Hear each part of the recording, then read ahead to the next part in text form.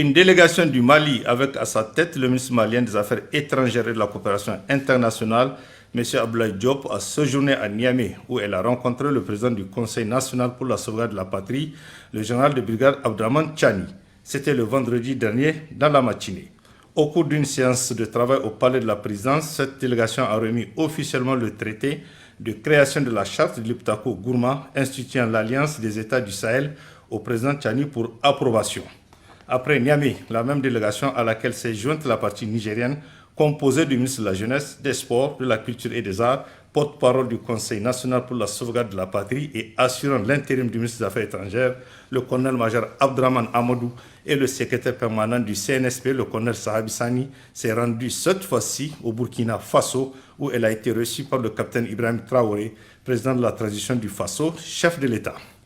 À l'issue d'une audience avec le jeune capitaine Ibrahim Traoré, le même traité de création de l'Alliance des États du Sahel a été présenté au président du Faso, qui l'a signé à son tour. Et pour boucler la boucle, la mission de travail des trois pays en compagnie de la ministre des Affaires étrangères, de la coopération régionale et des Burkinabés de l'extérieur, Madame Rouamba Olivia, est arrivée au Mali, où la même délégation ministérielle s'est entretenue avec le président de la transition du Mali, le colonel Assimi Goïta. Au sortir de l'audience avec le chef de l'État malien, la délégation du Niger, du Burkina Faso et du Mali a remis le même traité au président de la transition malienne qui a apposé sa signature. Ainsi, après un marathon de 24 heures et à pas de charge, le Mali, le Burkina Faso et le Niger viennent de créer un espace dénommé Alliance des États du Sahel, en abrégé AES, dont la teneur suit.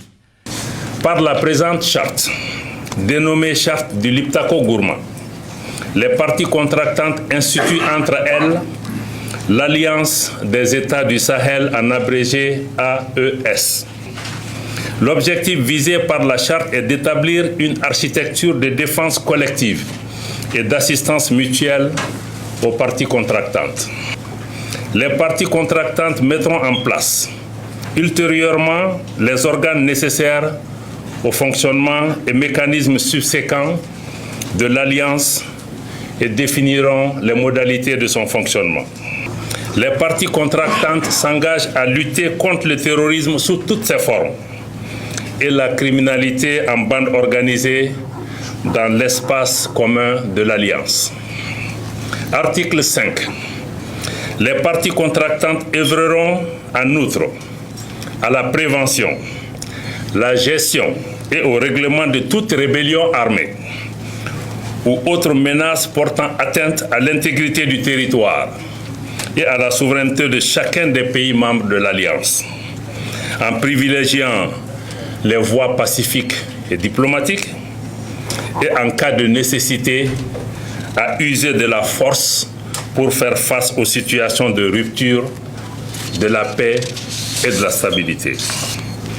Toute atteinte à la souveraineté et à l'intégrité territoriale d'une ou plusieurs parties contractantes sera considérée comme une agression contre les autres parties et engagera un devoir d'assistance et de secours de toutes les parties, de manière individuelle ou collective, y compris l'emploi de la force armée, pour rétablir et assurer la sécurité au sein de l'espace couvert par l'Alliance.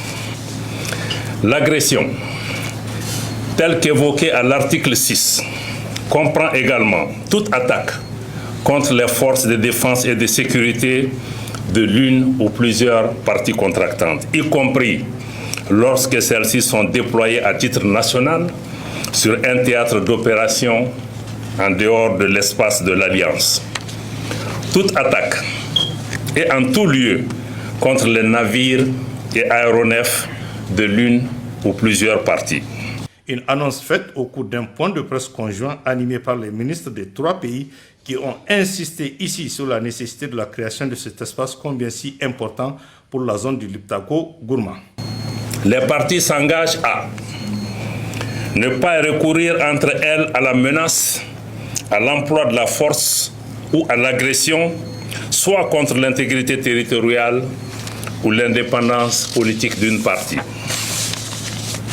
À ne pas faire de blocus des ports, des routes, des côtes ou des infrastructures stratégiques d'une partie par les forces armées. Ne pas, à partir d'un territoire mis à la disposition par une partie, perpétrer des attaques ou des agressions contre une autre partie ou des États tiers. Ne pas, à partir du territoire d'une partie, permettre à des groupes armés, des forces armées irrégulières ou des mercenaires perpétrer des attaques contre un pays du champ. Les décisions de l'Alliance sont prises à l'unanimité des États partis. Le financement de l'Alliance est assuré par les contributions des États partis. En guise de conclusion, les États membres fondateurs de l'Alliance des États du Sahel annoncent que cette nouvelle organisation est ouverte à tout autre État qui peut faire son entrée tout en acceptant les objectifs de cette alliance et partageant les mêmes réalités géographiques, politiques et socio-culturelles.